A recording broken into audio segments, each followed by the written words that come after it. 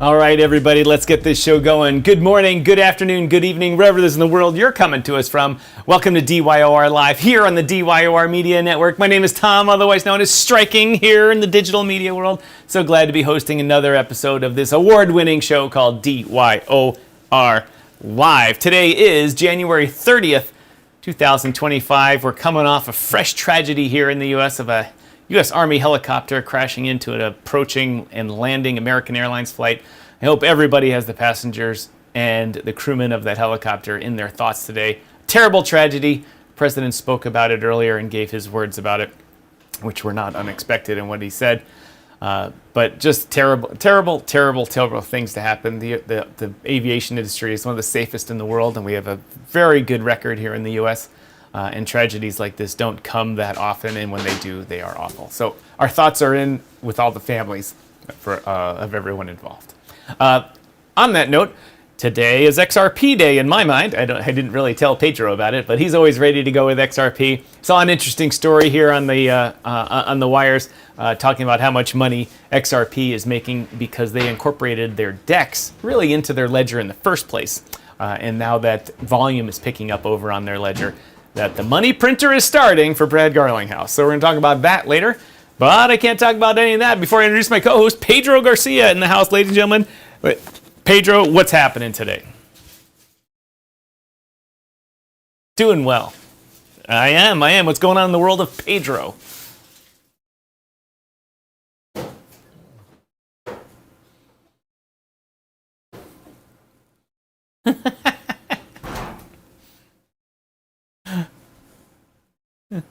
The old let's take the conversation to Discord so I can steal your session cookies guy, huh? All right. That's how it is. But you can't get them if you have two-factor. I'll send you a video. Right. It's going to be AI. Right. How about live on TV? Right.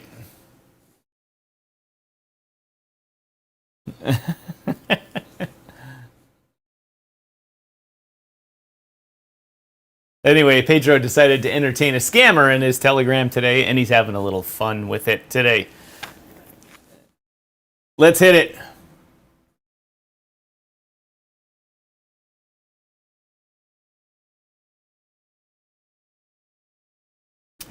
What the hell is wrong with me?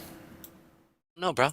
I think you're pretty awesome, tell you the truth. But sometimes, certain things cross circuits that don't cross or should cross. It's just a button right here, and I have the Post-it note, and I still didn't read it. Actually, to be honest, my Post-it note fell down. But I should know to check that your microphone is on. How long have we been doing this? Almost 2.5 years. Plutobolic, welcome to the show. Thanks for letting us know that everything was amiss. Thanks. The new background is fire. Yes, I do like. I like my little my space thing going on there. Anyway, Pedro, what's going on with BTC here? All right. Before we jump to that real quick, please hit the like, subscribe, and share button. We all know that we talk about real sensitive things here, and we do get demonetized in the algorithm. And so we'd really appreciate if you guys could hit that like button, subscribe button, share button, which helps us out quite a bit. You don't get demonetized. Not demonetized. That's the wrong word. What is it called when they derated? But that's if we use derated. Things like the real name for Cerveza Cygnus, not for crypto. Right, in which we've said a couple times now. So we're definitely on the lower part of that list. So if you guys could do us a huge favor, push us back up into those higher rankings on the algorithm, and hit that like, subscribe, and share button, which helps us out quite a bit. Share us to your preferred social media platforms, whether that's the Zuckerbergs or whether that's the Musks or even the Googs. Either way, it does help us out quite a bit by going out there and doing it. Thank you guys so much. And let's get into Bitcoin. All right. So Bitcoin is doing some pretty dope stuff. We talked about this. I was hoping for a deeper sell-off into Bitcoin. We talked about us finding support right here around that 99, 98,000. If not, then going back down to that 90 or that 88,000, 87,000, and then find it come back up. But it did find support at the 98 area.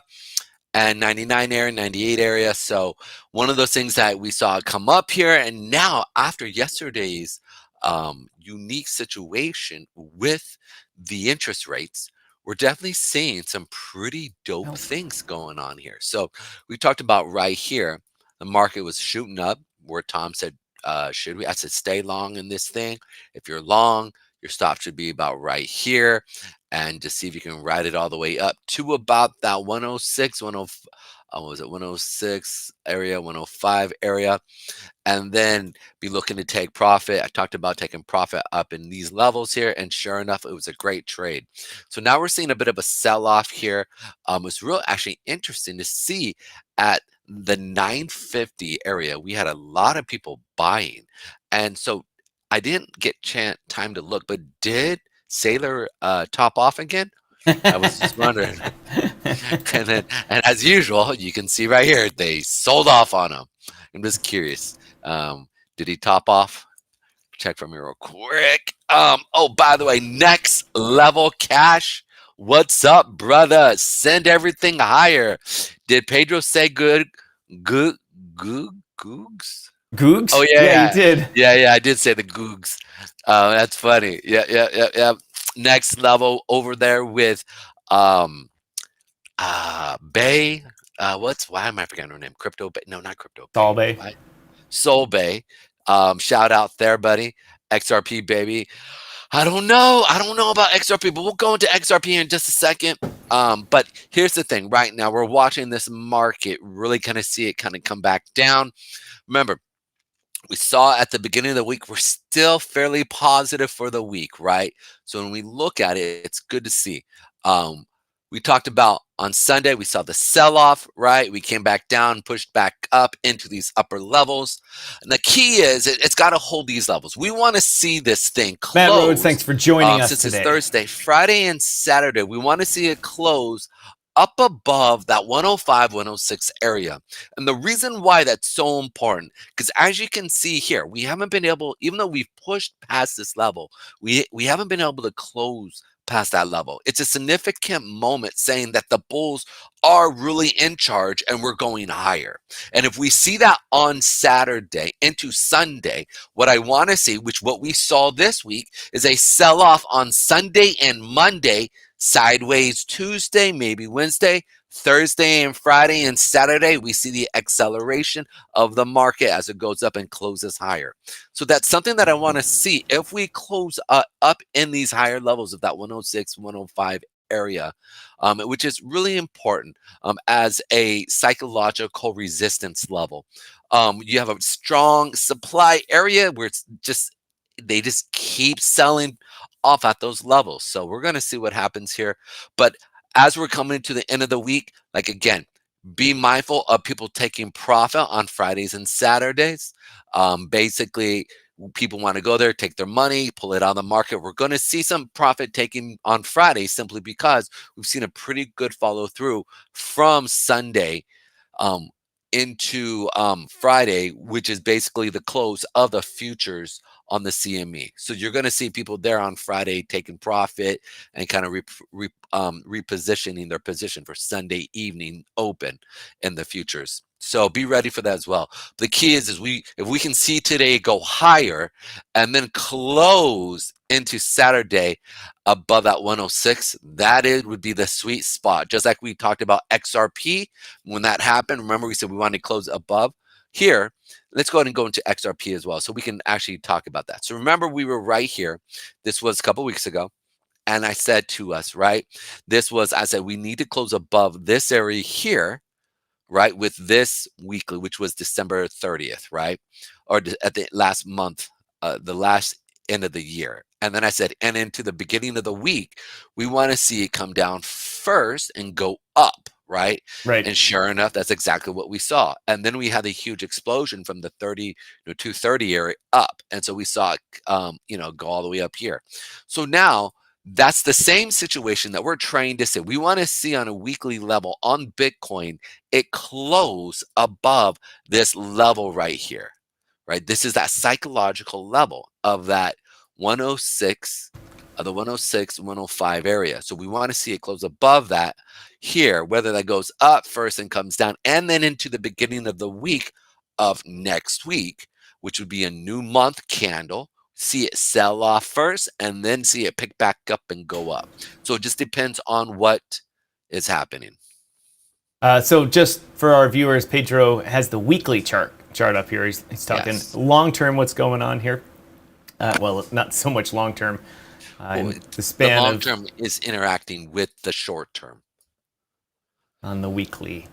Well, that's good to know. It looks like, from my perspective, it did your got to go down first, pushing back up, and ready to go a little higher. A number of we'll say other callers, the ones that just are clickbaiters on the internet, were just talking about it going right to 150, and we know it doesn't. Nothing goes right.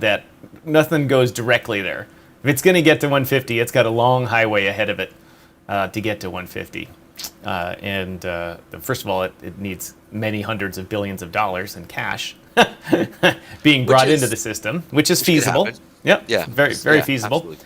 But it's not something that you got to worry about happening tomorrow, unless some crazy Trump thing just comes out and says, "Oh, we're going to buy $1 trillion of Bitcoin in 3 days," and then the price of Bitcoin would go crazy because people would front run it. But other than that, it takes a while. It takes a while to get to those things, and that's why Pedro looks at the weekly chart too, because the longer you can have good data, the better that data is. Mm-hmm. Ever look at the 1 second chart? My God, your heart goes up and down. Even if you have no money in it, you're just watching the 1 second chart. You're just like, oh, geez, we're crashing. Oh, we're moaning, we're crashing. Oh my God, it's like a dog in a park full of squirrels. Oh wait, I don't even understand how people. This is just the 1 minute chart, dude, and I'm like, I can't even look at it, man. Like, I know, because the 200 period is just a little over an hour and a half. Yeah, literally. Like, you're like, oh, we're getting close to the 200 period. Well, I went and took a crap there. So anyway, speaking of, we're welcome to everybody on watching us on X today. Our Rumble crew, thanks for joining us over there on Rumble. We have exactly 4 viewers there on Rumble. So how about spreading the word over there, guys? Get it going over there. We'd really appreciate it. And of course, all of our loyal viewers on Kick. None of them. But we are climbing up because it's a good from 0 to wherever is a good climb. If we get 1, it's infinity. It's 100%, baby. Anyway, we've gotten a couple good viewers from broadcasting on Kick all the time, and one of those days that platform will move from the junior leagues into the minors, and we will have a track record of about 1,000 broadcasting hours there, and they'll be like, hey, we need to throw these guys some homepage stuff and get rid of the feet people. And of course, thank you everybody on YouTube. We're not on LinkedIn today, just do that periodically, not to overwhelm their algorithm, because I just can't figure that one out over there. But so everyone that's joining us, if you want to participate in the conversation, great comment machine is running. Ask us questions. What's going on in the market? About your favorite token, meme coin, whatever. Today is Thursday. We don't have a guest or anything like that, or any overriding topic for the day, so it's kind of a free-for-all. Pedro, I did get a hold of Steve Rodrigue again, and he said, yes, let's get the AI segment going. Yes, that is going to be epic. So we're going to try and introduce an AI. We have Monday meme coins and Tuesday technical Tuesdays. Maybe we'll have Web3 Wednesdays, in which we talk about new things coming up in the internet or in the world of crypto, AI, and so forth. And I'm looking forward to it a lot. I'm so, because Pedro needs another reason to talk. Here's the thing. I think it's funny is I actually don't talk much. Like when you I talk to people that I know. Other people, I'm just like I'm just like, I think to myself, that's dumb. They're gonna hurt themselves. All right, let's go. like literally, it sounds horrible, but it's like because I've learned people. You can give people believe what they want to believe, and you can't help you can't change that. You cannot. It is impossible to change anyone's mind unless you make them go seek the information themselves. Yeah. If you just say, I'm right, you're wrong, you never win that argument. You can say, it doesn't matter what it is, whether there's a 6 on the face of the card or not, until the person could be staring at it and they're like, that's 7, man. I'm like, dude, it's a 6. Until you get them to take all the cards and look at them and go, oh, yeah, that is. Right? They got to realize it for themselves. They really do.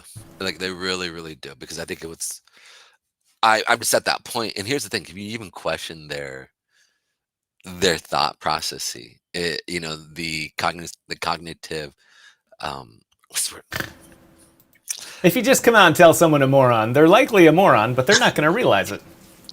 If you make them realize they're a moron, then they're going to get mad at you as well. And it happens to me. I'm like, ooh, man, I had that wrong. I was an idiot there. The trick is to be able to recognize when you're being a moron and admitting it. And that's not a trait that many people, especially people that have grown up, let me rephrase that, not grown up on social media, but the people that got into social media later in their life. And they think it's like some big anonymous thing, and then you just type something innocuous, like, oh, President Trump consoled the families of the flight that went down. And then the comments come, and they're like, oh, yeah, well, oh, yeah, but, and I'm like, moron, idiot, moron. Anyway, crypto is filled with those, Pedro, and that's why we had shows like Rugged, Ruined, and Wrecked. That's why we do education for 2 reasons, not because our viewers are that way, but we want our viewers to stay away from those people. And one of the new things on the market. Oh wait, I think we got it. Yep. Here's our Kick viewer. Yep. Yeah. We have one viewer on Kick, and there, what are they doing? Hello, great streamer. You have a beautiful channel, and it really looks professional. But I noticed you haven't reached affiliate or partnership yet. I can help you share your dream with a Kick community, and you can reach 1,000 followers and make at least $1,000 per stream. Let's chat on blah, blah, blah. Look at that. My system automatically kicked out the start up the name of another service. I'm going to guess it was Discord. But anyway, I digress. Thank you for your engagement over there, Mr. Aisha252. We appreciate it. Y'all busting my balls off. Ka-ching. Good day, everyone. Welcome the man from Minnesota. I mean, I'm being honest. Like, I spend the majority of my day by myself looking at charts, like in trading. And when I go out, I don't talk to people much. So, I mean, the majority of my talking that I do is for this show. Matt says when Pedro says he doesn't talk much. That's funny. I love it. That's in our DYOR Media Striking Crypto. But I do go on spaces a lot, and I do have opinions on a lot of things. Because one thing about when you're quiet a lot, you think a lot, and you come up with opinions.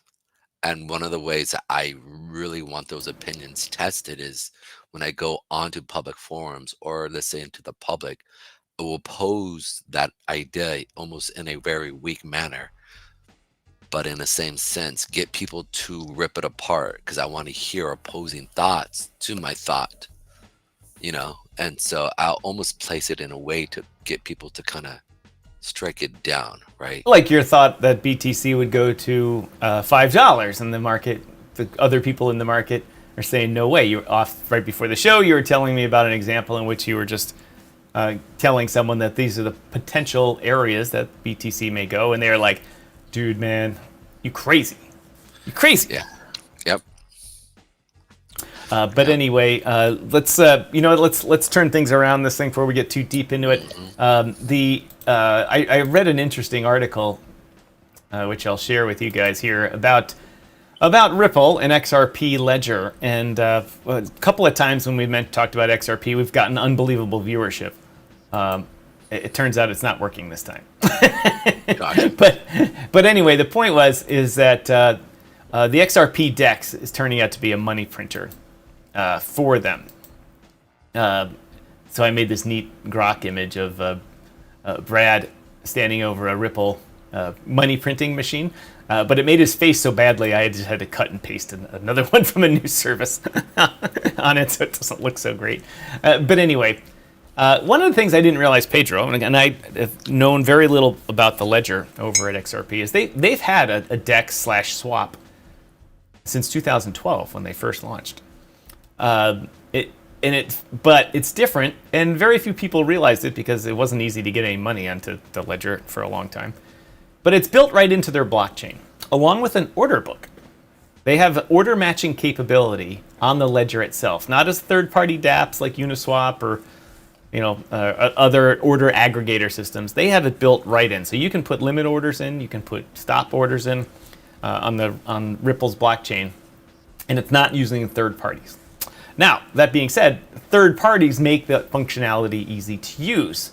And so, in those third parties, let me go get my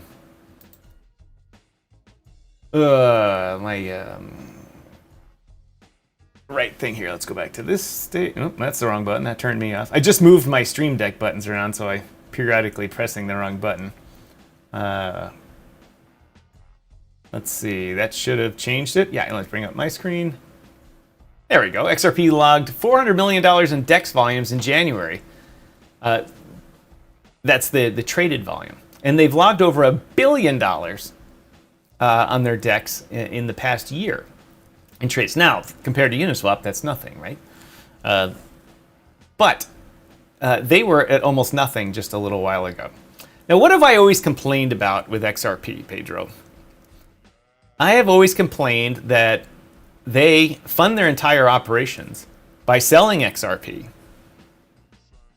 and dumping on the coin holders, the token holders, whatever you want to say. So there's been a large sell pressure, and we saw that for years as everything else mooned. XRP stayed in that 30 to 50 range, occasionally up to 80 when something good would happen, but it would come back down. And it would come back down because Ripple has 8 million employees, and they'd have to sell a bunch of tokens that they get every month or every quarter from their foundation and sell it to raise fiat to pay their employees and do whatever they need to do. And it was never clear how much money they were getting from these CBDC trials. And people are like, all right, how are you guys making money? All of a sudden, the price rockets of XRP. And I was like, oh, they're just going to dump on them now because they got tons of money. And they didn't. And the reason that they're not, it turns out, Pedro, XRP is making money, just like Solana is, from meme coins. You're on mute. And so the great CBDC, Dude. the great CBDC bank Juggernaut. fixer. Yeah, we're going to fix the banking system. We're going to fix SWIFT. We're going to fix all the high-level central bank issues of the world. How do they make money? Turns out they're making money on meme coins, bitches. They're making it on Pepe RP. They're making it on, shit butt blowhard on the ledger and getting volume. People are bridging money in it. Arbitrage, why not? Yep. And they're making money the good old-fashioned way in crypto. They're making it on meme coins. Now I have respect for them. They're a true crypto project now. They've got memes.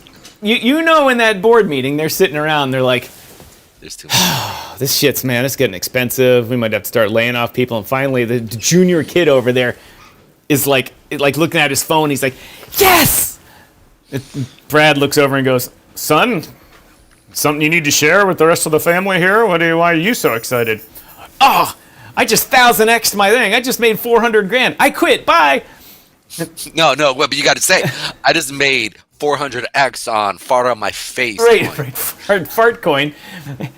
And oh yeah, well, how much? Wait, what? Yes. Oh yeah, here. So you're looking. I even paid this gas fee too, and in fact, I was going to sell big. I didn't want to get front run, so I upped the gas fee here, and I paid the validator an extra $50 to make sure no one would front run that, just for one trade.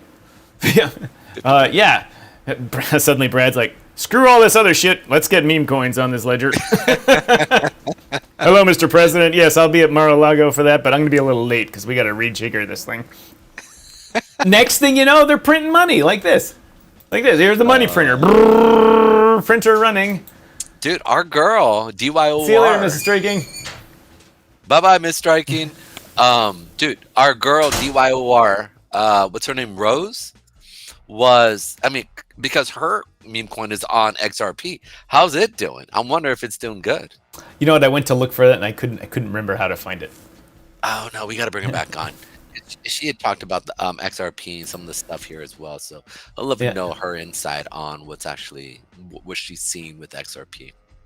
Be more of a fundamental analysis. Yeah, so they're doing over $17 million daily, and their fees are cheap over there. It's it's not expensive. So it's not like they're making millions of dollars a day, but they went from making zero to bringing in cash every day. And even if they bring in 500 grand a day, that takes care of their payroll, and that's a lot of pressure off the XRP token in sales. Yeah. And so now we can go back, to regular trading. Regular arbitrage, and not having to worry about whether they need to make payroll and dumping more XRP. Now, obviously, their value of everything they had is now 5x'd over the past month. But yeah, definitely. But still, so what are the other news I have on that here? Not over the month, but wait, I mean, when was it? So this was November. So since November, it went from 51 cent area to $3. So I guess 6x. Yeah, nice 6x for people that waited 10 years. But the thing is, the accumulation period of this, I mean, if you can accumulate literally, 200,000, just keep buying. Even. Yeah, that's the key, is like their accumulation period was so long that it was like, how do you not like get excited about that, right? Like, especially at these levels here. Back, at the beginning of last year into the, I'm back in 2022 right here when they really started to fight back with the SEC, right? And you saw the sell off here. I mean, imagine accumulating hundreds of thousands of dollars. I knew a guy when I used to door knock, right? And I was looking, because there's nothing like door knocking to sharpen your skills when it comes to people analysis, right? And if you can understand people very well, you can trade well, you can play poker really well. It's a skill set that is to always be sharp at, right? I'll sit there. I'll go knocking doors because I have friends of mine who have door knocking business. Say, hey, I just need to knock doors for about 2 or 3 weeks. And they're like, all right, cool. And so I'll go through and I'll knock doors just to get my skill set of how to read people really well. And so he's like, dude, I know you're into crypto. What should I buy? I go, well, I got this. And he goes, my friend told me to buy XRP. I said, okay, buy XRP. Because I was trying to explain to him how to get into DeFi. And bro, he just started accumulating. I go, how long have you been buying XRP, by the way? He goes, for about 2 years. And I'm like, and the guy's pretty well, he brings in probably 40,000 a month, 50,000 a month. That's pretty good. I'll take that. Yeah. Oh yeah, definitely. And so, there's a lot of good money in door knocking if you're skilled at it, if you know what you're doing. And so like he basically just started putting in like 25%, 10%, any extra money he had, dude, into XRP. Found out. And I said, holy crap. I go, this push up here. He goes, oh yeah, dude. It's literally made me almost a wealthy man now. And I was like, because think about it, you're throwing $10,000 every dip. I'm saying $15,000 every dip. And I was sitting there just like, holy crap, dude. Like, and and he just, cause that's all he knew. That's all he knew.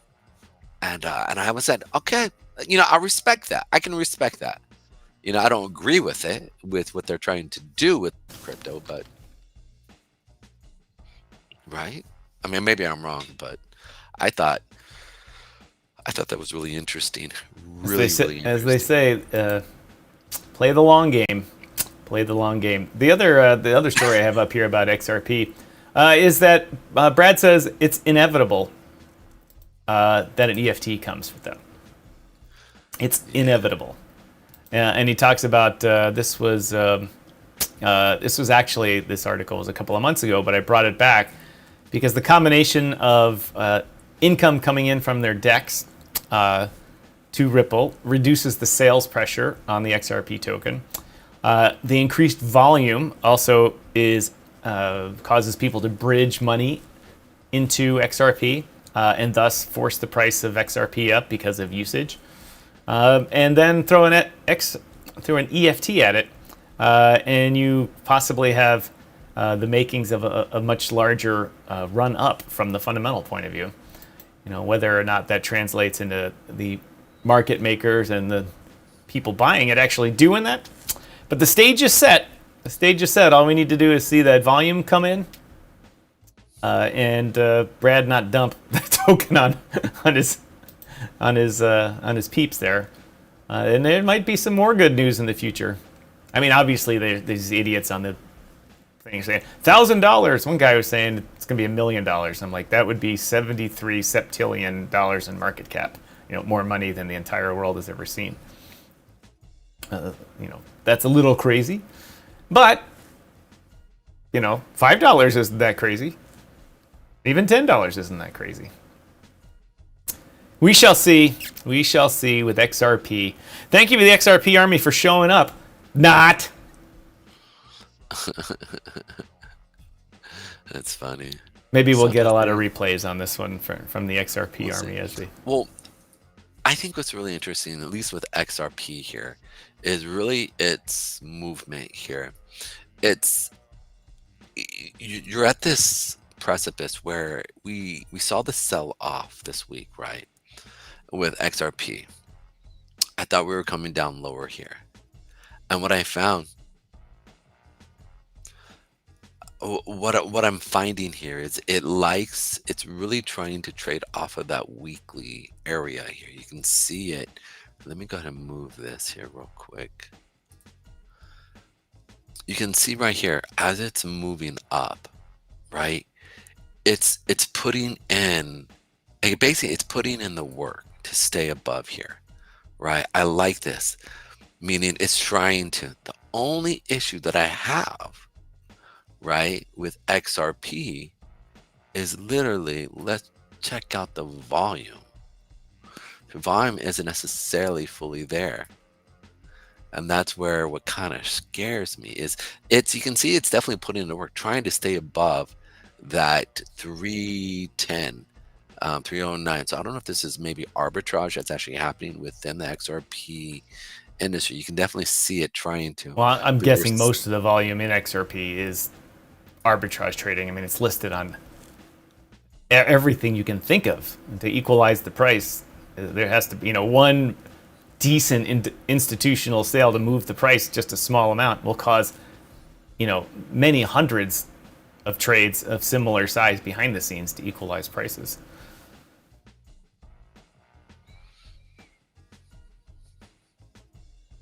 I agree, man. I would agree. Carmen, I am in Ottawa this weekend. I will not be in Chicago until the week of the 11th. Albert. What are you doing? Hey, Fat Albert. Used to watch that show. I got to tell you, bro, it's an exciting day, bro. There's all kinds of things going on in the crypto market land. And blockchain's on fire. Well, let us know. What's on fire there, Alpha Wolf? Yeah, tell us what's going on. I got to tell you, it's an exciting day. Yes.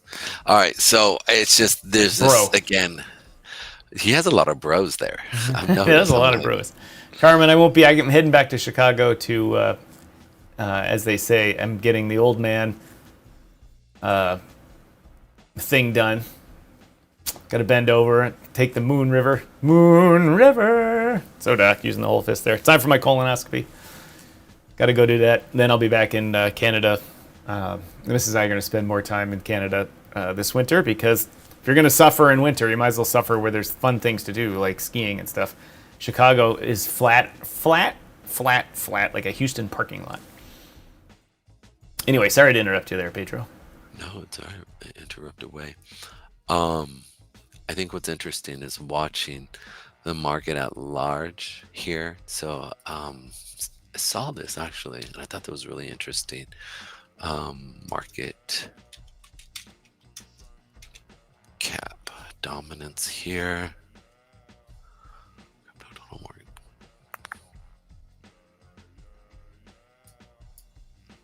Saw this on Calvin's thing, and it was really interesting to watch him talk about this crypto total market cap excluding BTC, ETH, basically all the altcoins.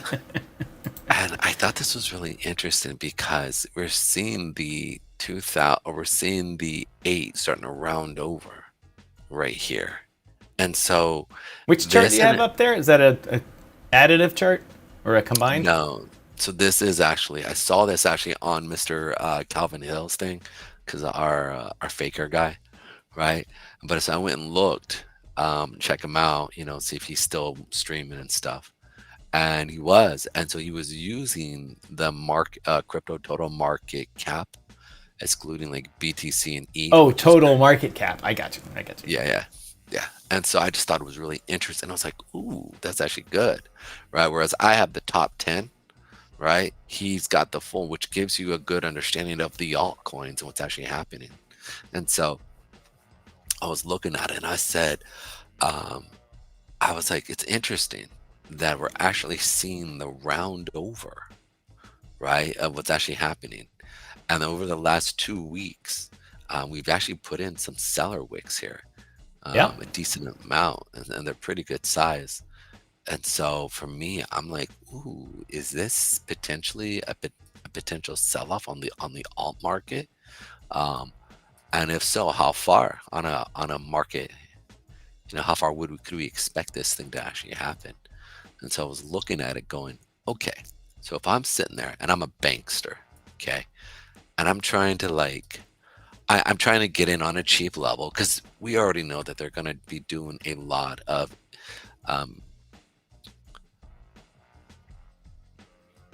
ETFs on a lot of the top coins. They've talked about it. They keep hinting at it, right? Yeah, there's all sorts of filings for them. Yeah, it's filing. And so that's what's coming. But it's smart for them to not necessarily buy at the high, right? It's like not good. And so I'm looking there, watching this going, it looks like they're getting ready to drop the market, potentially 20% of all altcoins, which is, this area right here is is like a perfect area. Like, I'm like, if I'm gonna drop it, if I'm a bankster and I'm like, all right, brother, like, where are we taking this to? Dude, I'm thinking 90. Which chart did you switch to? Oh, that's the monthly chart. Yeah, this is the monthly, right? So again, it's going to take a couple months, but if you're going to sit there and play, this is what I'm looking to play. I'd be like, we could see, because again, remember, today's the last day of the month, or tomorrow is, but like, we're putting in the next month candle. So if they're doing all these filings and getting it going, right, they're not going to buy in at the peak here. So I would, if I'm a bank guy, that's a good point. I would sit there and go, all right, I want to drop this market so that I can put my clients in at a really good price, right? Like, this is what we also saw with Bitcoin ETF, right? Is we saw the sell-off come in. And I warned us all, right? Like I said, hey guys, expect a sell-off in the market, literally because the bank guys aren't going to put their clients at a really high price. And so they'll cause an artificial news situation, or an artificial, I hate to say, war, but I'd expect something to come to scare crypto, to get people to sell off, hence causing the price of the altcoins to sell off. And so be ready for that. And we'll keep an eye on this chart here, because I think it's like something to be paying attention. The way you look at it is you come up here and you just hit either total market cap or just market cap, right? And you can see here market cap dominance of Bitcoin, or total market cap excluding market cap XRP. Oh, total 3 is excluding BTC. Yeah. I did not know that. BTC and ETH. Right. And so below that is crypto total market cap, which includes those. Total 3, I get it. Total without the top 3. Or top 2, whatever it is. I got you. excluding top 10, right? So here's excluding top 10. And you can see here, it's showing weakness, right? Here's everything, this is everything, the top 100, excluding the top 10. So I keeping an eye on these, and I saw this and I was like, ooh, that's an interesting chart. I created my own, right, which was the top 10, but I didn't think necessarily, because one of my indicators that I look at, right, in the TradFi is looking at the Russell and watching what the Russell's doing, because it's the lowest, or it's the top smallest, small cap small cap stocks, right? Dealing with business, and so it's the top 2,000 of that. So I pay attention to the Russell 2000 because it can be a pretty good indication. If you're seeing that sell off, potentially we're going to see a sell off in the larger markets like the S&P 500 and also the NASDAQ. So I use that, and that's why I look at some of these. Now, granted, sometimes they're very non-correlated, okay, based off whatever from a fundamental macro sense. But when I'm looking at it from a charting standpoint, I start to see weakness in the smaller coins, right? Either that can mean two things. One, money's moving out and going into the big coins, right? And that's a good thing, where we're seeing an appreciation. But then as we see that, a lot of times, once that market goes up and it kind of gets overextended, then you see a reshuffling of money coming out of that and going into more of the smaller markets, or the smaller coins, right? And then we see an increase there. So it's a really interesting situation that we see in the market. And so I started kind of paying attention to it, based talking to our friend this morning. So, and I'm glad, because I wouldn't have thought about looking at these coins, and that's one of the things that Calvin Hill uses. And I thought that was really, really interesting. I was like, oh, how have I missed this? So I just thought it was real interesting. That's it in a nutshell. Solbay chart is holding right tight. CTO chart is still holding tight. BTC is wrapping CTO to the outer metaverse. Walter's having a good day today. Yeah, let's check it out here real quick. We'll see. Send us the CTO. It should be in your history somewhere. Gone over it before. All right. Or at least in the history of things I've sent you. Yeah. I'll go through it.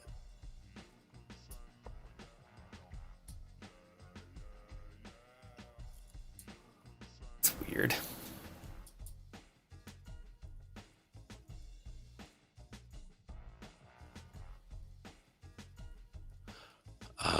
Where did not wanting to pop up. all of Alpha Wolf's comments just disappeared off my screen? What just happened?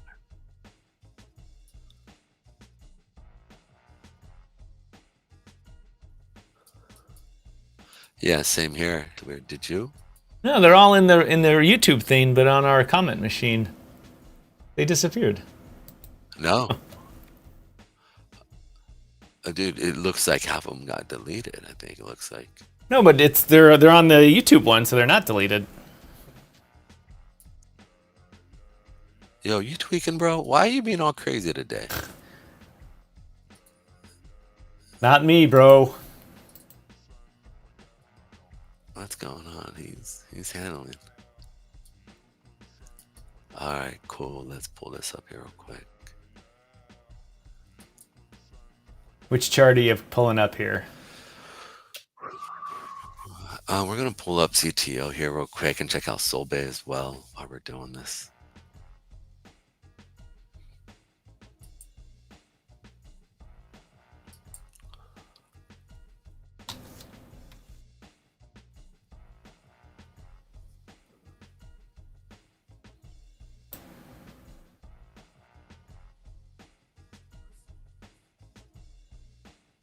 Waiting for DEX screener. Waiting. Yeah. Just kind of chilling here. Sorry about that, peoples.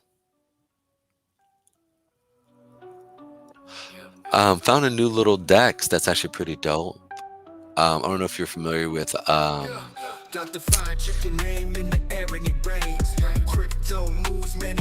okay, that's so loud, bro. Hello? I didn't think I had it on in your ear, but it's Dr. Fire Chicken.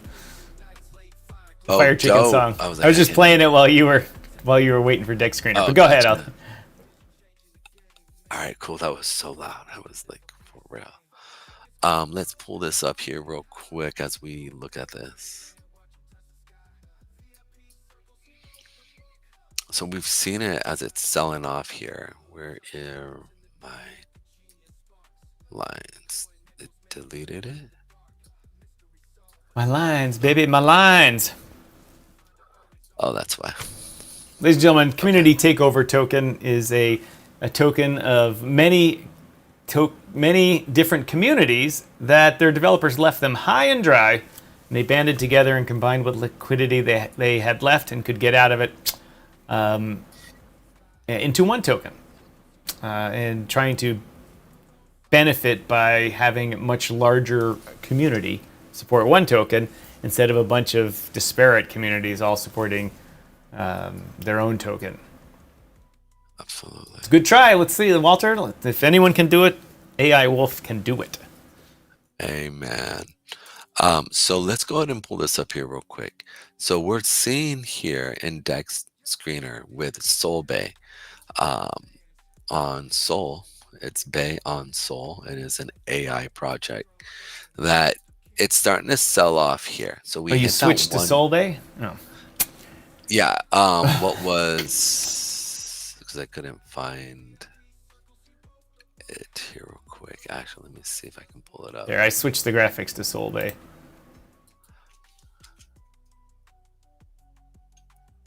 CTO, and I thought I had saved this. Let me chart. Okay. All right, so SolBay here, you guys can see here, it's selling off here to my flip zone, which is about down at that 0003 or 35 area to the 00033 area. So this would be a good place for a good buy, at least for myself, this area here. And basically seeing it kind of go back up above that 1 milli area as we start to see it get going. So it's a good little area to be buying as it comes down into our area here. Now let's check out our friend CTO. CTO here had a good little pump here over the last 2 days. Saw a good little push up, and then a nice little blew through that resistant area here, which was excellent. Now it's just fighting through the resistance of the JEETs here. So this can be done. You guys are small market cap still, so it's not a hard thing to do. But it's just simple as going through and just marketing like crazy. So you can see we're above the 8 period moving average here, and we did find support here at our level of that 58 or 77758 and not triple 7058 to the 7057 area, where it came down, and now we're watching it kind of find support here. So we want to see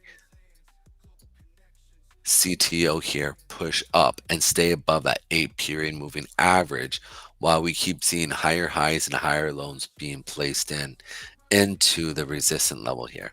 And then at that level, once we really do see it kind of come back up here, we want to see them utilize the marketing here with the JEETs, where so you can have marketing coming in to support the buyers, or excuse me, the sellers that come in from new buyers, so that it can push through that zone. So that's it in a nutshell right there.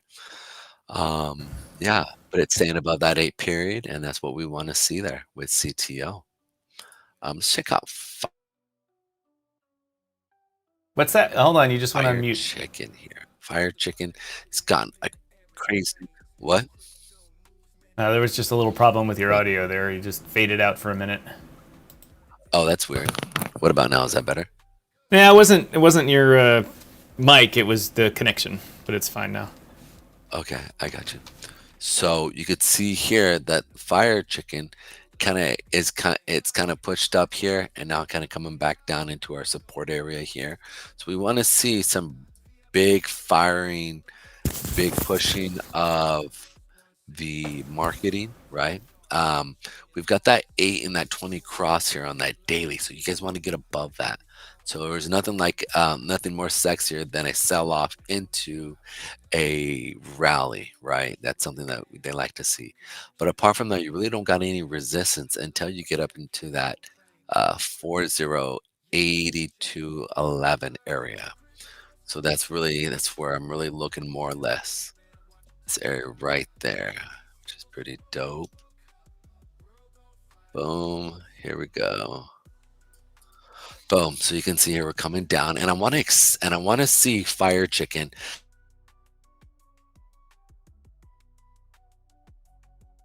You've got. Go ahead. You just. No, it's like you sit on your mute button and then move your butt cheek and it comes back on or something. No, I swear, bro. Like I'm not doing anything with it. It's so we've got this nice little pretty area here. Excuse me one second. And this area here is where you have below here, you have some potential buyers sitting right here. And so I'm going to make this into a dotted line because this area here is where you have buyers sitting here. So I want to sit there and see it come down into this nice little pretty area here and see those nice, cute, big bottom buyers to come in and put in a nice bottom right here. Apple bottom jeans. Anyways, so and just so you know, was it what is it? Big bottom girls make the world go round, something like that. Fat bottom girls make the world go round. Queen song? Is that what you're talking about? No, that's is that Queen? I thought it was The reason I'm saying is we're seeing a bottom being put here. Looks like with fire chicken. So you had a nice little push up, come back down, which is what it was supposed to do. See how there's no demand wicks here? So it's coming down to an area here below here where there is demand right here. Nice little pretty buyers sitting right there, putting in a nice bottom, right? And then in that same sense, as we're putting that nice little bottom right here, right?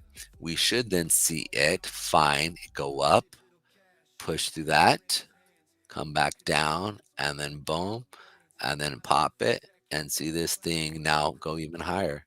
Moon. Right? Chicken moon. Yeah. Chicken moon. Keyword is here. You gotta get above that 8 though. It is important. Being above that 8 is what draws people either to buy or sell. Quickly look at your chart. Are you above the 8? Nope. Boom. Bounce. Right? It's a huge just you gotta get above it. You gotta get above it. So giving you a heads up for fire chicken as well. Yeah. And speaking of our boy, dang, I feel bad because this was a paid thing that you want me to look at. Hold on, give me 1 second here, Pedro. Thanks to people that have newly joined us on Rumble. Really appreciate it. I saw a couple of viewers going up there. Participate in the comments if you get a chance. We answer questions. We're actually a really live show here that interacts with its audience. It's not recorded prior. We're trying to duplicate the massive success of Steven Crowder. Only another 1 million viewers to go, and we should be good. But that relies on you guys out there, viewers, sharing this with other people. We're a daily crypto talk show. If you enjoy learning about crypto, you rumblers, come back and watch us every day. But thanks for joining in. Back to you, Pedro. Thank you, sir. I appreciate you. So shout out again. That's the wrong button. To all you guys here. Made Pedro go away there. Nope, I'm talking, bro. I don't even. Oh no! See, I got this new button now. See, look at that. Just poof, gone. Oh, coming back. Gone. Yeah, fade back in. There you go. Come on. Can you hear me now? Come on. It doesn't turn your audio off. Just. It's just the fade away button like this. Fade. Oh, I'm gone. Fade away. Fade away, fade away. The funny thing is that I've been talking about having trouble with my computer running too slow and resources. It just like yesterday was a disaster, and so the customer support people said, "Look, we're gonna watch your show today and see if we got any can look at see what's going on. If something's still going on, we can remote into your computer and look at things and blah blah blah." I was like, "All right, just what? It is operating perfectly today." I'm only at 50% CPU. Same programs I always use. There's no delay. I can hit the button. Everything's great. There's no delays. There's no nothings. Not like yesterday. But we literally have your CPU unit at 100 every single day. Today it's 50. Yeah, today it's all normal. How is that possible, it's like when your car's not making all these noises, not working right, and you take it to the mechanic and it just runs fine, puts on the computer, nothing wrong with it. You're like, and then you drive away, and the next day, and you're like, mother. That's what's going on today. So thank you to the people from XSplit if you're watching. All is working good today. I'm like, it happens every day now. I can replicate the problem 100% of the time. The day they watch, it's perfect. I'm like, everything's great. No, this thing looks good to buy down at these levels for me. What token is that? Oh, this is GSB. Where are our friends at GSB? I don't know, but they really try to pump this here. And the cheats came in, dude, and sold off. Well, I think aren't they doing the move to Paw Chain also? Are they? I don't know. Maybe that's probably what it is everybody's buying the Paw Chain over there. Maybe they left this. So I need to find out the new one that they have going on. Yeah, but this is still, the 29th. So this is the 30th. Yeah, let me, before you click off that chart, let me grab a screenshot of this for them. Yeah, find out what's going on. But down at this level here is really what I'm salivating for. So I like it at these levels right there. And then boom, pop like it's hot, like it's hot. All right, so let's check this out real quick. And I think this was really interesting. Is I was looking also at some of our plays that we were looking at. What was it? Crypto banter stuff here, and I wrote down here layer 2 DEX AI. Here we go. These were some of his AI plays here, and so we had talked about people going checking out his stuff. Oh yeah, quickly before you do that, speaking of checking out stuff, Plutaholic, I forgot to acknowledge this the other day when you said this. Where is your comment here? Plutobolic. Man, his comments, something's going on. No, there it is. Plutobolic said, just like the other day when I told you about XCN and Swift. XCN did, like from the time you told me about it until the time I stopped looking at it, went 15x on the spot market. Just 15x. Boom. And then I went back through some other people's videos who had called it out, and they were saying, yeah, it's coming down to its low. It's time to get back in it. And there was between a 15 and 20x rise in it. So good call there.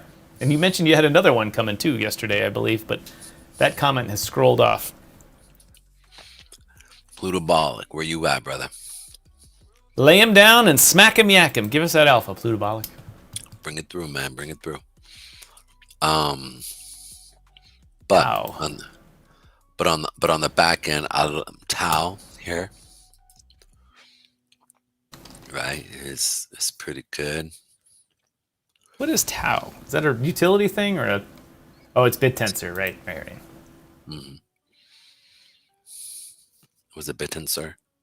BitTensor. We haven't covered that in ages. Mm-hmm. See if I can get it on the great Google or a great graphics machine here. Current price $463. Well, that's interesting.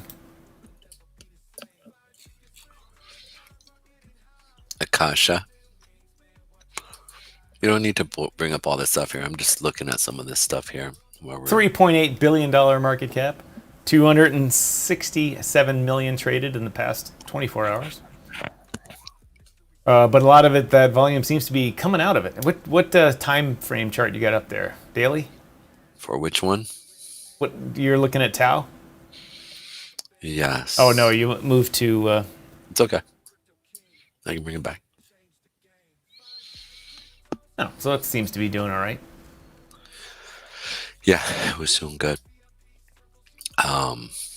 And you can see that it's kind of just holding here.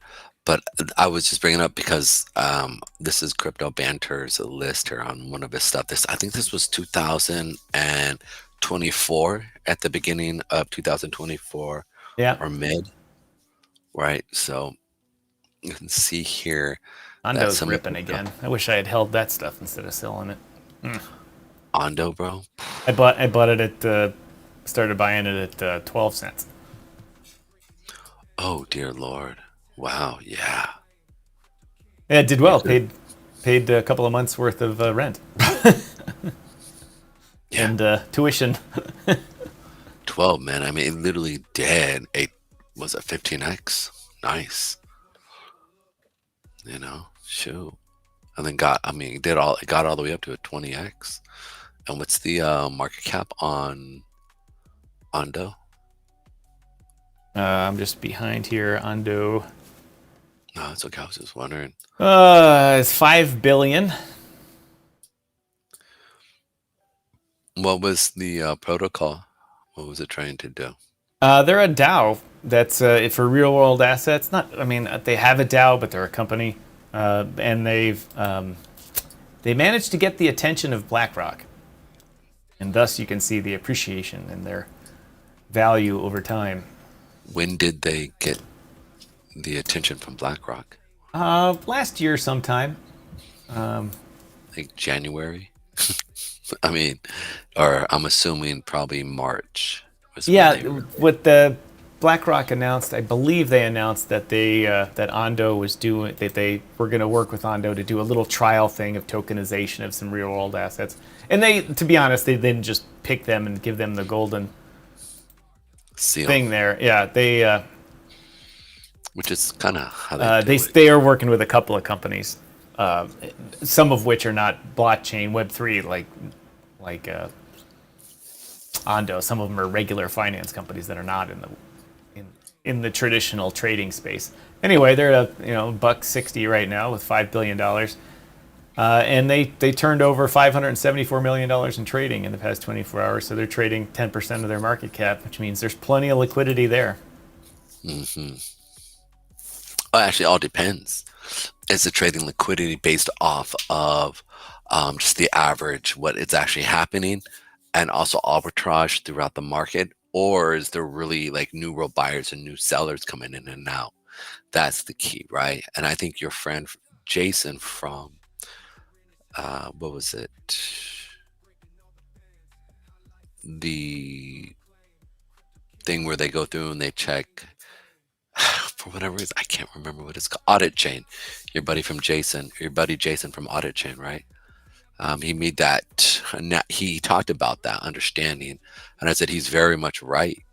And I don't really go into that detail, but I figure I probably should start really talking about this, because when you're seeing increase in volume, right, there is this other side that I'm always looking at to see, all right, are these new sellers coming in as literally exit liquidity, or are these new buyers coming in literally as real buyers that are going to see price appreciation and or even price discovery if it really starts to get going?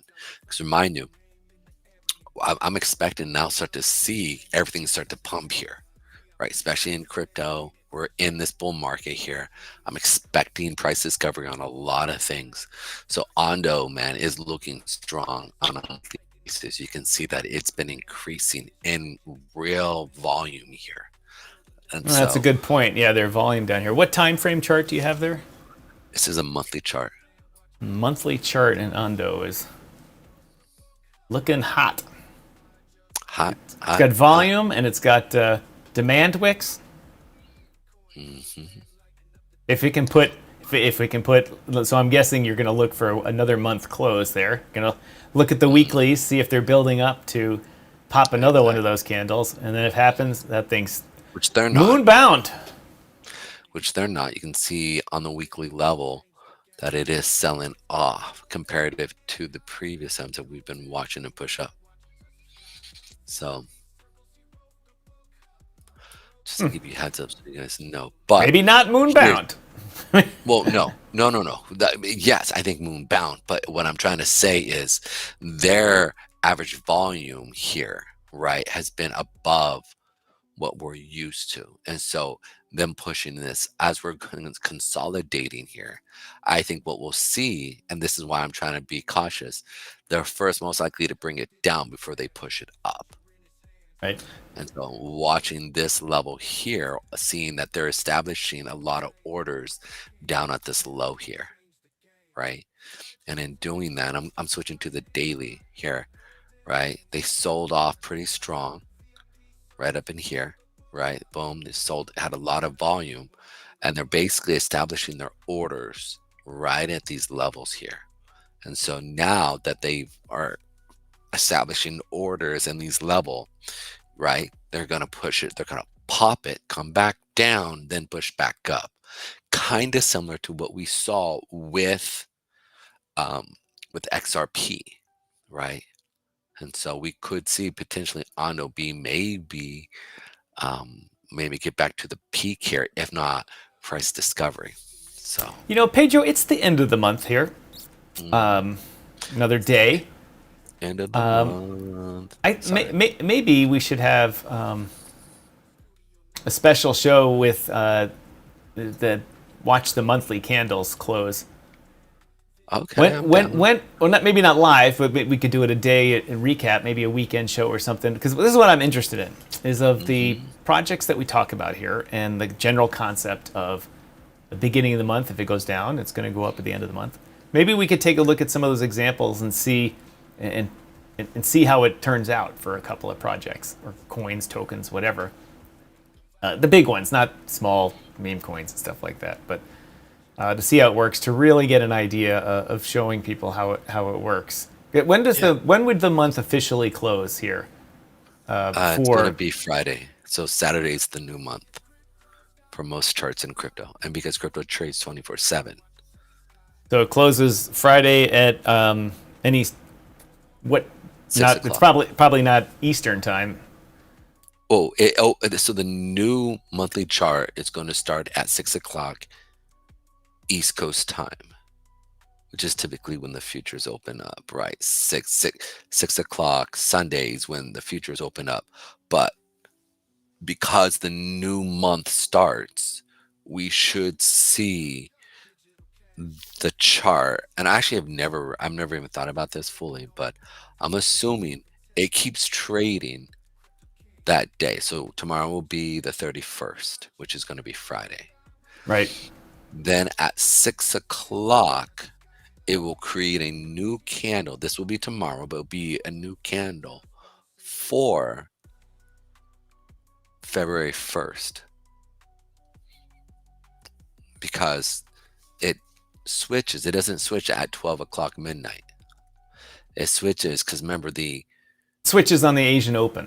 When the There you Asian go. market's open, that's technically the first futures trades of the new market. Right, absolutely.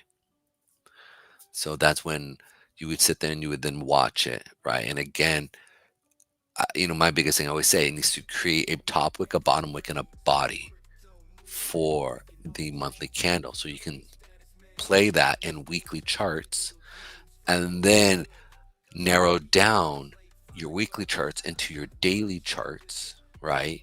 Based off of me seeing wicks or not seeing wicks and bouncing off of moving averages that we see ping-ponging. And as the market is ping-ponging and going back and forth, you really start to see the market really take off when it breaks through daily, weekly, and monthly charts. That's really when. So when you hear me say it has nothing but air to go, because I've looked at the monthly, the weekly, and the daily. So it has price discovery movement it can get to. The only thing that's really going to stop it if something newsworthy that's going to be a fundamental standpoint. That's really loud in my ear, just so you know. What is? The fire chicken. Okay. Okay. God, I can't even hear it. I didn't even know it was still on. Oh. And it was just like fluctuating. It was going up and down. The volume was, I felt like you were just messing with me. I was like, dude, come on. I'm sitting there explaining it, the market. And I'm like, just listen to your own voice and talk. You know, sometimes like when there's loud noises, you've got to like drain out the other side noises so you can focus on one thing. So sometimes what I'll do is focus on just my voice while like it's blaring in my ear. All right, I've put other show background music on, but I'm not sending it to you. Thank you so much. I appreciate that. Thank you. Thank you. Arcade, what's up? The retro gamer. It's good to have you, brother.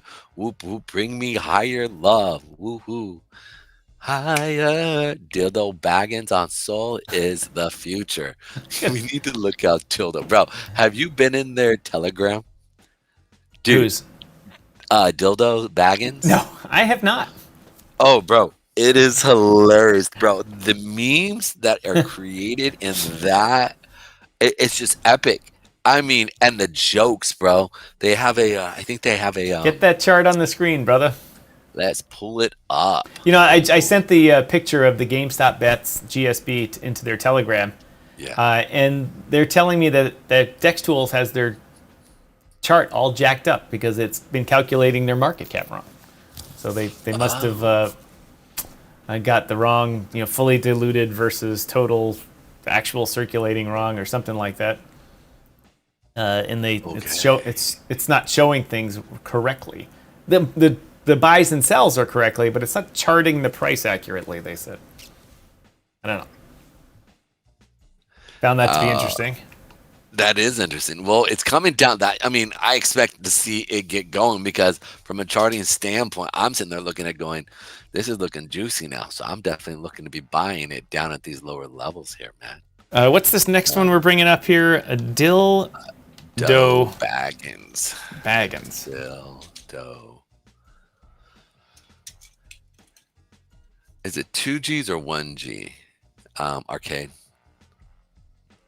He typed 2.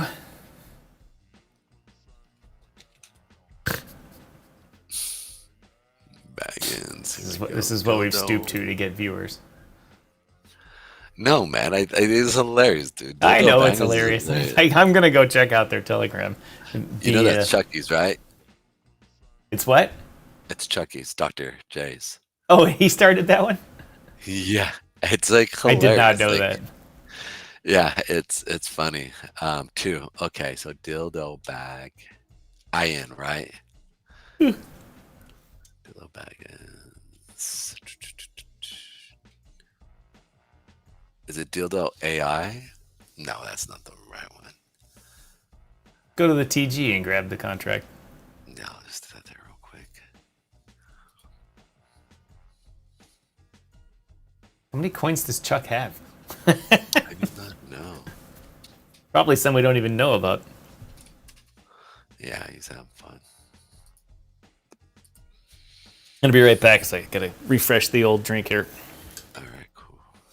Just means I can't hear you. I can still walk around the apartment. Take a piss. Y'all will hear me.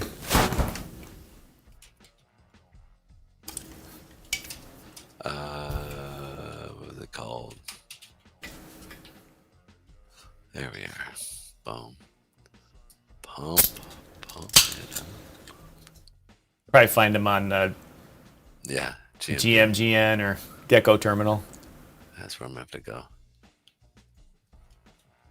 There we go. Lady, while Pedro's doing that, ladies and gentlemen, while Pedro's doing that, below me is the BidFi QR code here. BidFi is our show sponsor, a sponsor in which we want to encourage you to have safe sex. That is safe sex, CEX, and learn how to trade, learn how to go long, learn how to go short, learn how to use futures. without do we get without into getting in trouble education? by staying under the tutelage of Pedro and I, in which you can learn to trade with the big dogs, but keep your risk to a minimum. If you sign up for it, they'll give you 100 USDT. I gave away 100 of their USDT to Troublesome the other day, and actually I had to restart our rewards program with them because I hadn't used it in so long. So I'll be sending him in his free 100 USDT to trade. And if you put in $100 of your own, they'll match it and put $200. So you have $200 of trading power in, and you too can turn that into millions of dollars. I was listening to our friend Crypto Lifer just yesterday, in which he said when he started trading, he didn't start trading crypto. He started trading silver and gold and things like that as an inflation hedge. He started with $2,300, and now he's worth many millions of dollars. And he said he's never added any other seed money. He started with that $2,300, never took any out until he decided he could make it his living and didn't have to work the day job, or actually not a day job, a night job anymore. And he turned $2,300 into his entire career channel and everything now. So you too can do that with the hard work and just learning how to do it. There's Troublesome. I don't know if you caught what I was telling you. Troublesome, I got your email. I sent it back to you. I had to restart our rewards program because from the time I gave it away to you to the time we actually got your account, the rewards program expired. So be sure it'll happen soon. Be sure it shall happen soon. Boom. Got this big, so you guys are stuck in this level here, man. This is where it's sitting. You got sellers sitting here, man, and it's on the daily. You guys got to go through. You've got to pick that up if you're going to go through and really get it going on. This. What's their daily volume here? I do not know. 24-hour volume 48, or excuse me, $84. Well, yeah. Someone needs to put a couple $100 in it to push it past the sellers and let that clean out those orders. Yeah, boom. I mean, but this is really the. Well, there's no orders there, but that's places where people watching it are going to sell. Yeah, I would say right here, that 9,000 area, is if you're going to be buying dildo here. 9,000. Yeah, 9,000 market cap. Oh, that's the market cap. yeah, 9,000 market cap here. That's really where I'd be looking to. No problem, Troublesome. 100 bones as our first giveaway. Gave it away to a struggling musician that needs that $100 to go buy new guitar strings. There you go. I know it's bullshit. Just like Trump's speech today, which was epic. I was watching it with Mrs. Striking, and I was like, I wonder how long it's going to be before he blames Biden for the plane crash. And it was about 2/3 of the way into the speech, and then he went into it, and he talked about the former Department of Transportation Secretary Pete Buttigieg, and he talked about his failed policies turning South Bend into a shithole and wrecking the Department of Transportation. And Trump just comes out and says, with his bullshit stories. It's so awesome. Right in the White House press room at the DS there, everything is just, it's like, that whole guy is full of bullshit. And I thought, my personal opinion, I thought so too. He's a very good speaker, very well organized on TV and in interviews. He's good and all that. But his policies were just a disaster. And my son has pointed it out to me. We're driving through South Bend and after a hockey game. And he's like, Dad, this is where we went to Notre Dame's campus to their hockey rink for a hockey game. And we were driving out, and I showed him the town of South Bend, which is a crap hole. He's like, Dad, this town is terrible. I'm like, yeah, it's gone downhill in the past couple of years. And I mean, in their defense, it was a big manufacturing town in Indiana that stuff left. But in the past 10 years, it's just not good at all. Not good at all. And so I was like, I think Mr. Buttigieg is full of shit. And Trump just calls him right out on the White House. He called out some reporter too, and he goes, "That was a dumb question. I'm surprised at you, Pete, for even asking that." And And that reporter Pete was a Fox News reporter that Trump is friendly with. Pete, the reporter Pete, was the guy that said to Trump, "Hey, there's a letter in your desk from President Biden. Why don't you read it?" And he's like, "Oh, thanks, Pete." And still, he called it. That was a dumb question. Doesn't matter what team you're on. If you ask the president a dumb question, he's going to tell you. He'll let you And know. good too. Like when someone asked, "Is aviation safe?" And he looked at him and he goes, "That's also a dumb question. It's, like, there's thousands of planes. We haven't had a crash in 16 years." Literally. And thousands and thousands of planes take off and land every day. Millions Every of people day. being moved around. And someone said, just because a helicopter randomly crashes with a plane landing, there's like, "Oh my God, should we not fly anymore?" It's like, right.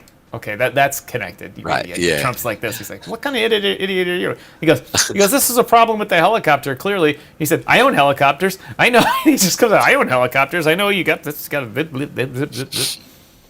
It's the good thing that comes out of speeches like that is that the reporters ask lots of follow-up questions, and they try and pin him down, and they try to get him to say something controversial, and he doesn't. Well, to some people, everything he says is controversial. But the point is that you get more information out of this president in one day than the last one in 4 years.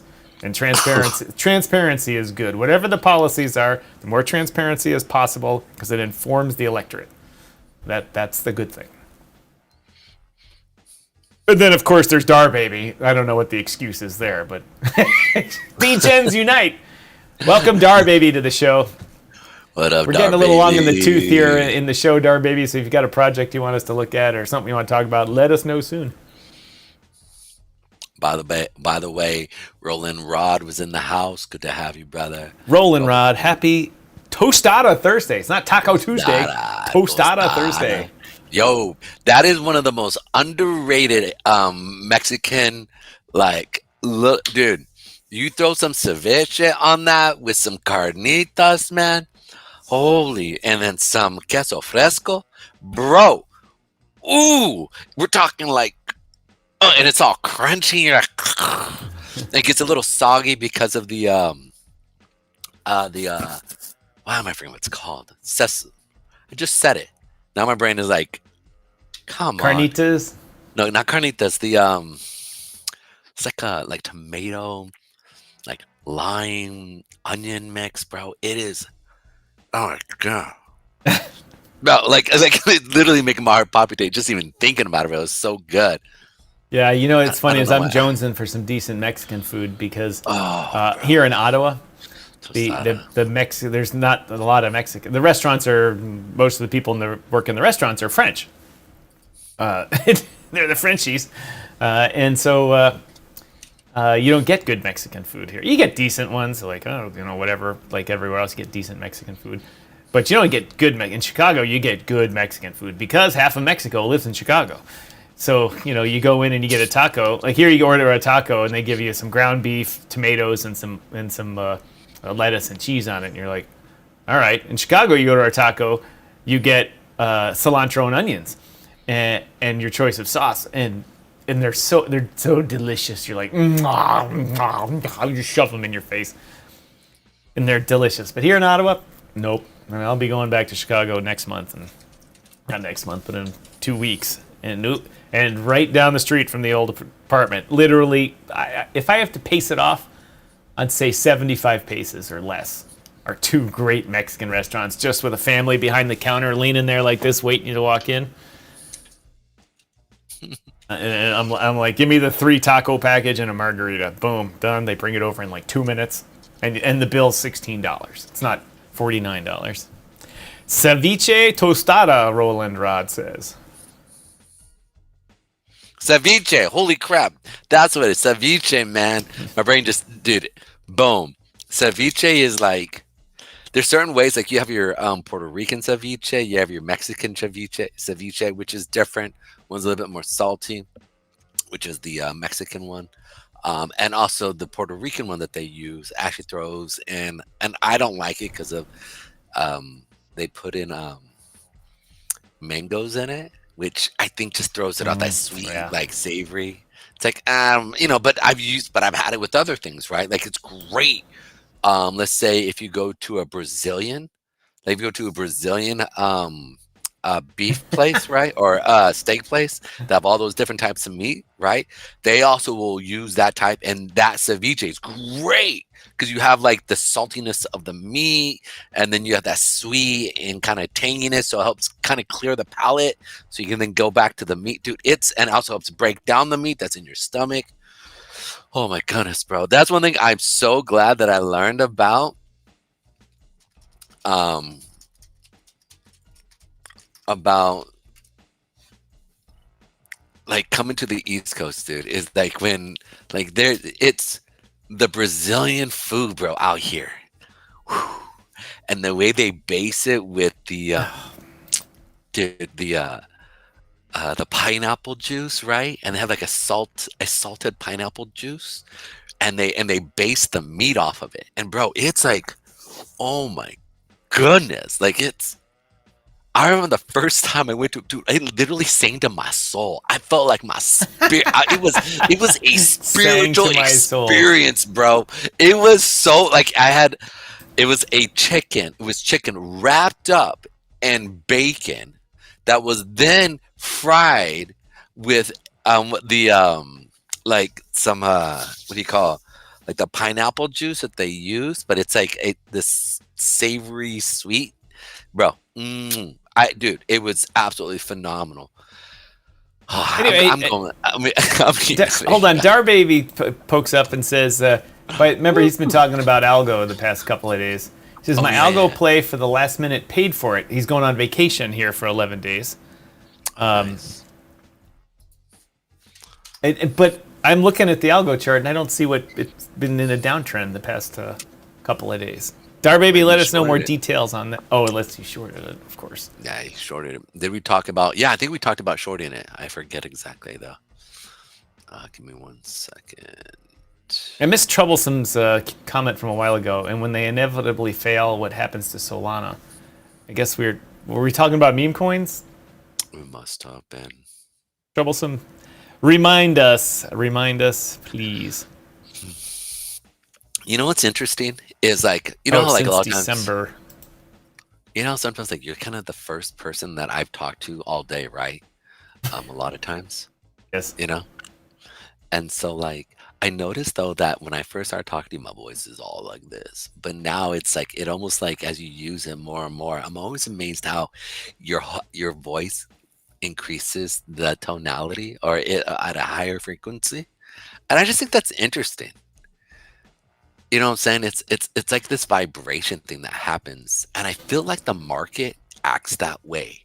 Like the more people that talk about it, and the more it starts to, you know, whatever, whether it's algo or something like that, right? I feel like there's something like crazy about it because I'm always looking to see like who's talking about something on, you know, on X.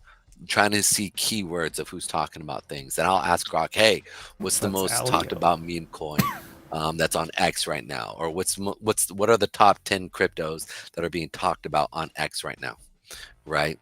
Below market cap XYZ," and it will populate. Man, and now that I say that, man, I hope it doesn't go away. I think that's going to be a paid version of it for you to do that. But by the way, shout out to DeepSeek, who literally came out with their photo, or not photo, but the image creation narrative that they're doing, right? And it's good, dude. I really like it.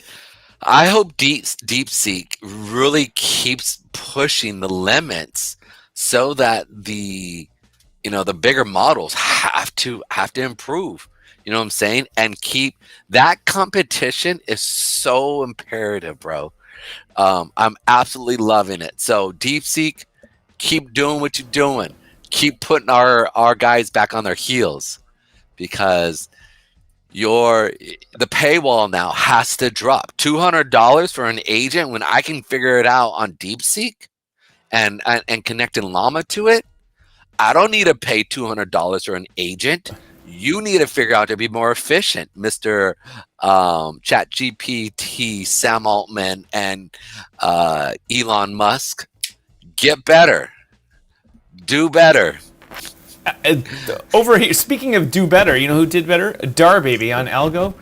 Oh yeah, He bought it at 125, and he sold it almost at the peak at 57. bro. Or he sold it Nice. 58. Yep. That is nice. Nice. Algo, baby. Yeah, the peak Let's was pull it. 61 cents, and he sold it in the 57 area, 58. Can't beat that. That was the old 400% return there. So good job. Nice, brother. Nice, nice. And let's see that here real quick. Oh, good, good, good, good. So you came in and bought it off the bottom here of that 89. Did I say to buy it or no? Or you just said, you know what, this looks like a good. He bought it in sell-off. December at 125.125. Just way down that green slide there. DYOR Baby says, yes, you told him back then to buy it. Okay. And you we mean back did not. in November? Not 0.125. Yeah. Oh, yeah, because it came into. Oh, I forgot. I remember he came in and asked. And I said, because it shot up. And I said, don't buy it here while it's pushing up. Come back. I remember because you asked about that. I remember that. And I said, don't get punked buying it up here. Wait for it here. Wait for the pullback onto the 8 period. And that was the 0.14. Yeah, baby. Yeah, that's what I'm talking about. DYOR Baby. Yeah. All right, sorry. That's what I'm talking about. I think, Pedro, I think he bought it sooner than that if he bought it at 125. Was that the 125? 125 area. So it was pushing up right here then. Okay. 125. So then the market then would have been the right here 125. Yep. So it was the break of the peak here. So that makes sense. So Candle violated those things there and went. I haven't taught up. you this, Tom, yet. I haven't taught you this yet, Tom. And this is called entry points.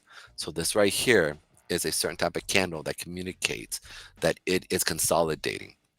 So I said most likely to DYOR Baby at this level, once it breaks the 125 area, that's when you want to go long. And then that is indicating that there are buyers stepping into this that is pushing it up. So this here then, I probably said right up in here, you have a profit target at least to your 14 cents. And then in additionally to that, I would assume that I would have said up at this level here, potentially this level here, which is 26. Man, he held on for the ride. I would have sold long before that. Yeah. And instead, DYOR Baby, because of the man in the box ahead on top of me, is going on an 11-day vacation, baby. I love it, man. Where are you off to, DYOR Baby? You don't have to tell us exactly where, but you going to a beach? You going to a ski? You going to where are you off to? Like I said, I'm a religious. If you say grandma's house in Idaho, then I'll be like, oh. Like, listen. At least use Pedro's money for lots of booze and cigars and all that kind of stuff. But also at the same sense, don't forget to tip your waiter, all right? Because I'm a religious man. I'm a Tom Master. So, all righty, here we go. Let's woo-hoo-hoo, tip the waiter. Just saying. Hey, just saying. I ain't gonna make it. I'll still be giving. Listen, I'm a puff, give, baby. You know how it is. All right, there we go. Right, pass that along.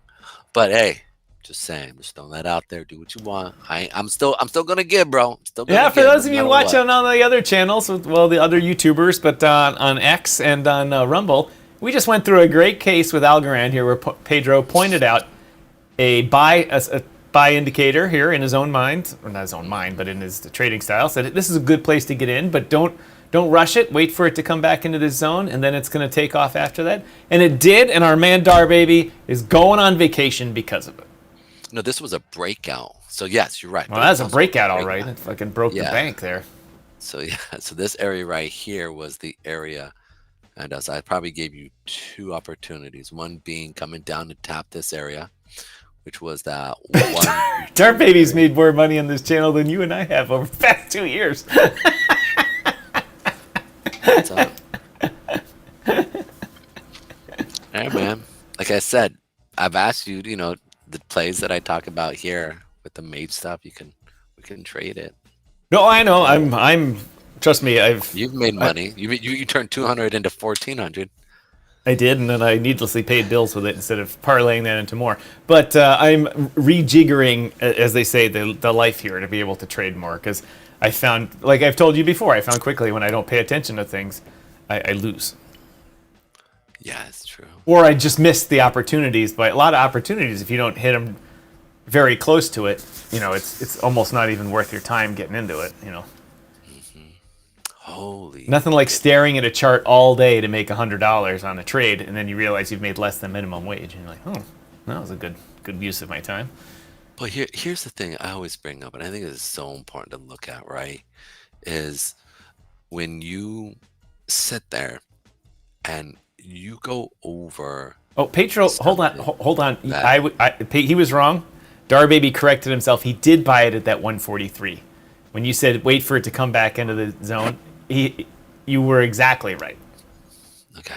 And he hit it, and now he's going on a cruise. He's going to get the norovirus and shit his brains out. Okay.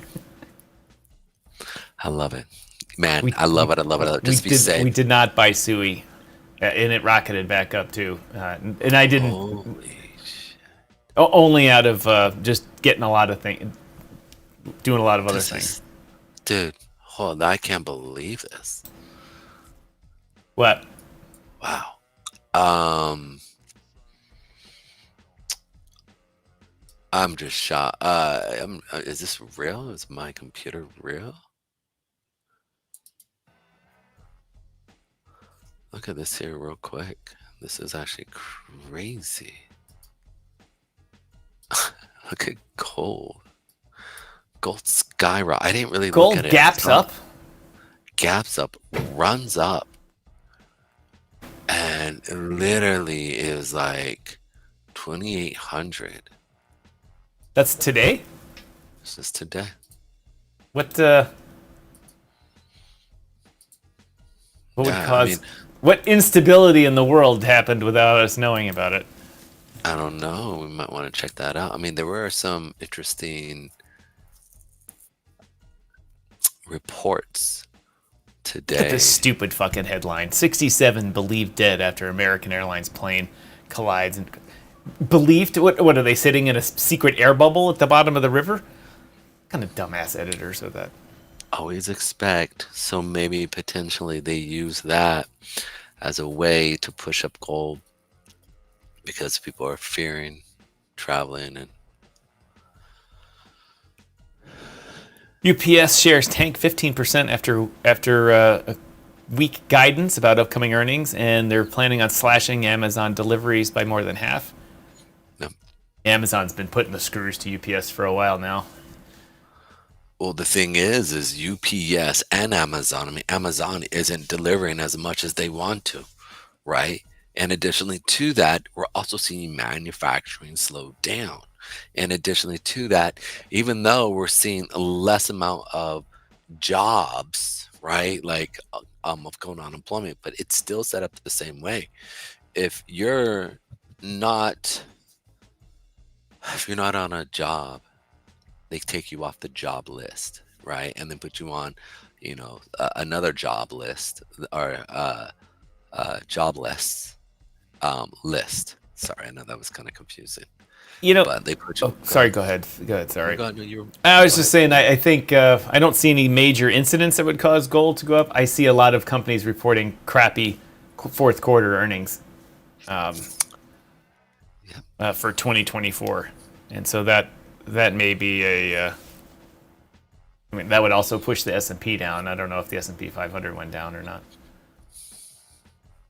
The S&P, I had computer issues this morning. So yeah, the S&P dropped this morning. It's rebounding fairly well, but it's still finding issue on the futures. The 8-period moving average really holding on as resistance. So it's a real interesting situation as the tech companies really start to have to come out and explain all of their money given to them.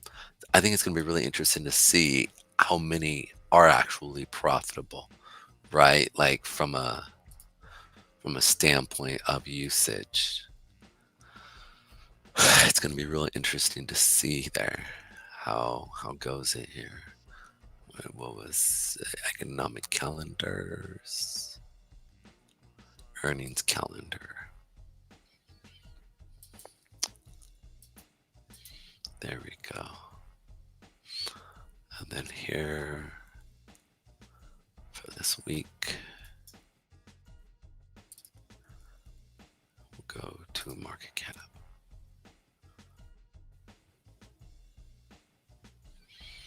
Let's take out my filters. Yeah, that's really it, I guess. Maybe it's related to earnings or something like that. I don't know, but that would indicate to me that the S&P 500 would go down, and thus gold would go up. But I don't know. I don't know, everybody. I'm just a dude wearing a blazer here with a Canadian American flag on it. American flag. Yeah. America, land of the hope. Gap in the market. As the song goes, I was gonna be on time, but then I got high. Then I got high. Then I got high. Doom, doo, doom, doom, doo, doom, doo, doo, doo, doo, doo. This one only this stupid websites. I don't know why.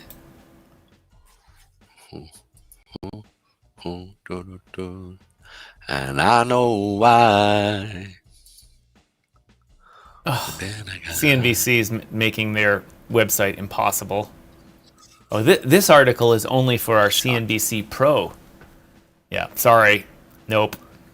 It's not how that works. Not how that works, buddy. It's going to be really interesting to see. Go ahead. I was going to say who we got left here in the comment sections if we haven't hit everybody here. Crypto Mike in the house. As the song goes, I was going to be on time, but then I got high. Apparently, Pedro, he knows your song. Welcome, Crypto Mike, to the show.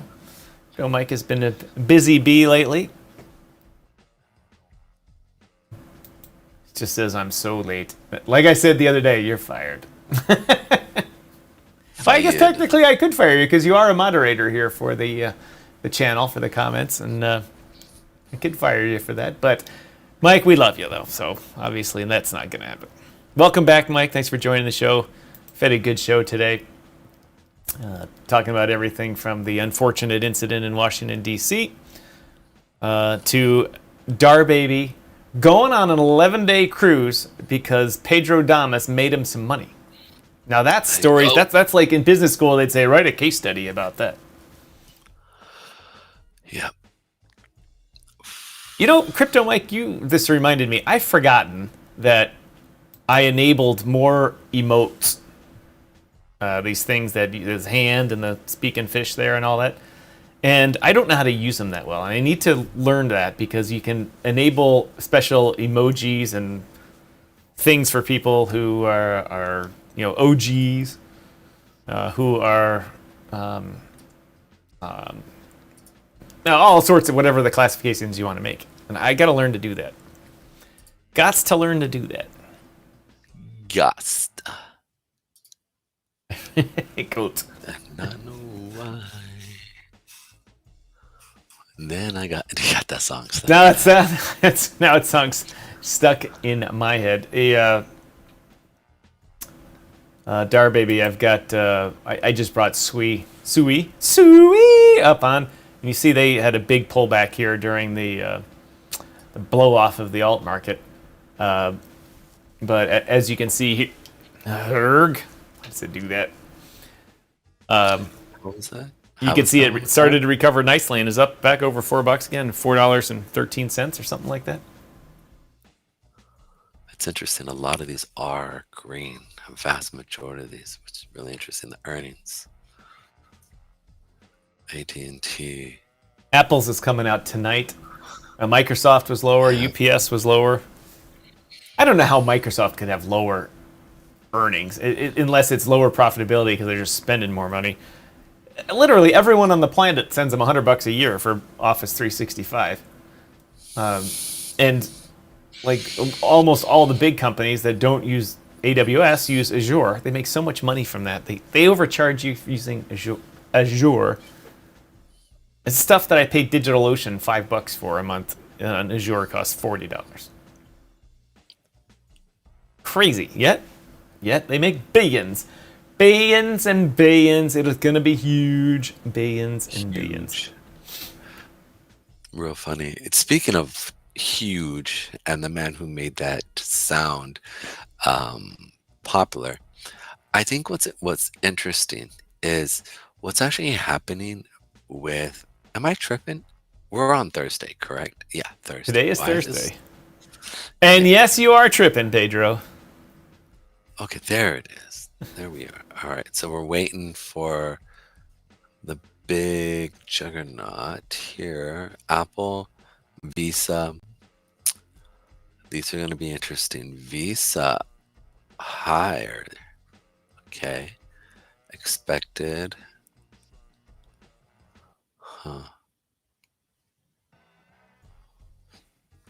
I sent you that video of the guides commenting yesterday on rate cuts. Did you watch that? I have not watched it yet, no. Oh, not rate cuts, but rates just stagnant. What I thought was so interesting, he was going over all the people's questions. And his idea that he was saying is now, I don't know if the guy's making much to do about nothing or if it's a legit and there should be something that needs to be talked about. But it was really interesting that Trump, now in the video, Trump speaking, I didn't watch it fully. Did he at all talk about did he talk about the interest rates going down or going up or staying stagnant? Did he mention that at all? No, he's talking about a plane crash. I mean, it wasn't an open press conference. I only saw a speech, him talking about the plane crash. That was it. Good. I think the reporters tried to ask him other questions, but he just ignored those people. As he might do. All right, man. Well, I know we're just kind of playing around here now, but what do you think it goes? I'm playing the music, brother. Alrighty. Well, we've got some cool things happening here next week. It's going to be fun times had by all. Hey, what are we doing tomorrow? Are we doing Full Rant Friday? I think I am going to be skiing tomorrow. One of my old Ottawa buddies that works for the RCMP is day off tomorrow, and I think I'm going to go skiing. All right. Well, I'll probably be doing it. Yeah. If I'm around, I will for sure be there, but I'll let you know well in advance. Cool. No worries. I'm looking at myself probably doing it, so expect me to be around 12:30. Of course, I'm going to be talking about AI and crazy things as I always do, but I want to invite every one of you guys to come, talk your talk, rant your rant. It's Full Rant Friday. If you guys come check it out and have fun. And listen, if Mr. Hill is really the guy who I was talking with, come hang out with me on Spaces when I post it. Down, because I shared him our link here. Down at the bottom here, we actually have our Telegram. And in that Telegram, I post our Full Rant Friday. So if Mr. Hill is watching and he's the real deal and you realize I'm kind of... What's his actual name? Would you say Chantel Hill or Charles Hill? I didn't catch it. No, I think it's... I forget exactly. I've seen him. He's actually grown substantially as well. So, but Calvin Hill is his name. Calvin Hill. Yeah. Isn't that a famous DJ? Calvin something? Could be. I don't know a DJ named Calvin Hill, but that's him on Instagram. Dude, come on. All right, everybody.